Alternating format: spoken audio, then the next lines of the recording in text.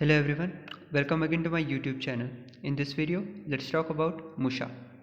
तो चलिए शुरू करते हैं। मुषा के पर्याय हैं क्रौंशिका, कुमुदी, करहाटिका, पाचनी, वन्यमित्रा। मुषा के उपादान द्रव्य है मृत्तिका और लौह। मुषा और उसके ढक्कन के संधि को बंद करने के लिए जो क्रिया की जाती है उसे क्या कहते हैं? तो मुषा और उसके ढक्कन के संधि को बंद करने के लिए जो क्रिया की जाती है उसे बंधन, संधि, लेपन, अंध्रण, रंध्रन और संश्लिष्ट यह कहते हैं। सत्व द्रावणार्थ कौन सी मुषा का प्रयोग किया जाता है? तो सत्व द्रावणार्थ गोस्तनी मुषा का प्रयोग किया जाता है। शिखायुक्त पिधान कौन से मुषा के लिए कहा है?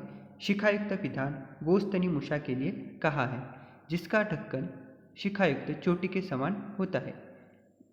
खरपर आदि मृदु द्रव्य सत्वपातनार्थ कौन सी मुषा का प्रयोग किया जाता है? तो खरपर आदि मृदु द्रव्य सत्वपातनार्थ वृत्तांक मुषा का प्रयोग किया जाता है। कौन से मुषा का ऊर्ध्व भाग धतुर पुष्प के समान होता है? तो वृत्तांक मुषा का ऊर्ध्व भाग धतुर पुष्प के समान होता है। वज्रद्राविणी मुषा कितने समय तक अग्नि सहन कर सकती है? तो वज्रद्राविणी मुषा 4 याम तक अग्नि सहन कर सकती है। एक याम माने 3 घंटे। परपटी स्वेदनार्थ कौन से मुषा का प्रयोग किया जाता है? परपटी स्वेदनार्थ मल्ल मुषा का प्रयोग किया जाता है। कौन से मुषा को निर्वक्त्र मुषा कहा जाता है? तो गोल मुषा को निर्वक्त्र मुषा कहा जाता है। निर्वक्त्र यानी माने मुखरहित। सत्व द्रवरोधिनी मुषा गोल मुषा है। अर्थ यह मुषा औषध द्रव्य के द्रव पदार्थों को रोकती है, इसलिए सत्व द्रवरोधिनी मुषा है गोल मुषा। मंडूक मुषा की लंबाई, चौड़ाई और गहराई है 6 अंगुल। तले या कर्पूराकारा क्रमादपुरी विस्तृता कौन से मुषा का वर्णन है? महामुषा। जिसका अर्थ है जो मुषा तल में कर्पूर संधि के समान छोटा होता है और क्रमशः ऊपर की ओर बड़े बड़े आकार की होती है, उसे महामुषा कहते हैं। चक्रबद्ध पारद निर्माणार्थ कौन से मुषा का प्रयोग किया जाता है? तो चक्रबद्ध पारद निर्माणार्थ मुसल मुषा का प्रयोग किया जाता है। मुसल मुषा की ऊंचाई है 8 अंगुल। कौन सी मुषा में भ्रूनाग, मृत्तिका और माहिक क्षीर का प्रयोग किया जाता है? तो वर्जद्राविणी मुषा में भ्रूनाग, मृत्तिका और माहिक क्षीर का प्रयोग किया जाता है।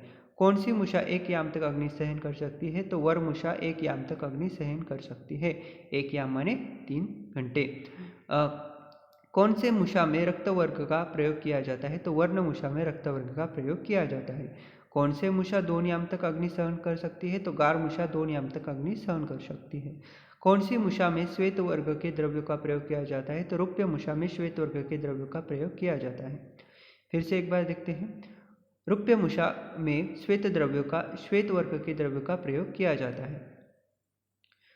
गार मुषा 2 याम तक अग्नि सहन कर सकती है। कौन सी मुषा रक्त वर्ग का प्रयोग किया जाता है? तो वर्ण मुषा में रक्त वर्ग का प्रयोग किया जाता है। कौन सी मुषा 1 याम तक अग्नि सहन कर सकती है? 1 याम यानी 3 घंटे। वर मुषा 1 याम तक अग्नि सहन कर सकती है।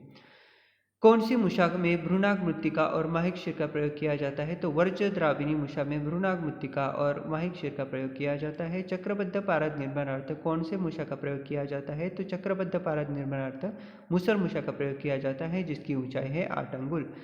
जो मुषा तल में कर्पूर संधि के समान छोटा हो और क्रमशः ऊपर की ओर बड़े बड़े आकार की होते हैं, उसे महामुषा कहते हैं। तले या कर्पूराकारा क्रमातिपुरा विस्तृता। मंडूक मुषा की ऊंचाई, चौड़ाई और लंबाई, चौड़ाई और गहराई है 6 अंगुल।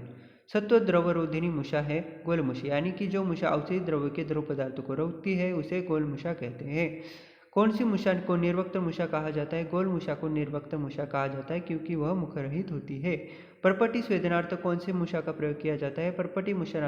परपटी स्वेदनार्थ मल्ल मुषा का प्रयोग किया जाता है। वज्रद्राविणी मुषा कितने समय तक अग्नि सहन कर सकती है? तो 4 याम तक अग्नि सहन कर सकती है।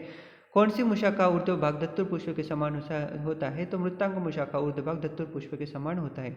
खरपर आदि मृदु द्रव्य सप्तोपातनार्थ मृतक मुषा का प्रयोग किया जाता है, जिसका ढक्कन शिखायुक्त चोटी के समान होता है, उसे गोस्तनी मुषा कहते हैं। फॉर एग्जाम्पल श्लोक दिया हुआ है शिखायुक्त पिधान। सत्वद्रावणार्थ कौन सी मूषा का प्रयोग किया जाता है? तो गोस्तनी मूषा का प्रयोग किया जाता है। मूषा और उसके ढक्कन के संधि को बंद करने के लिए जो क्रिया की जाती है उसे बंधन, संधि, लेपन, अंधरण, रंध्रण और संश्लिष्ट कहते हैं। मूषा के उपादान द्रव्य है मृत्तिका और लौह। मूषा के पर्याय है मूषा या क्रौंचिका, क्रौंचिका, प्रोक्ता, कुमुदी, करहाटिका, पाचिनी, वन्य मित्रा एक्सेट्रा। क्रौंचिकी, कुमुदी, करहाटिका, पाचिनी और वन्य मित्रा। ठीक है।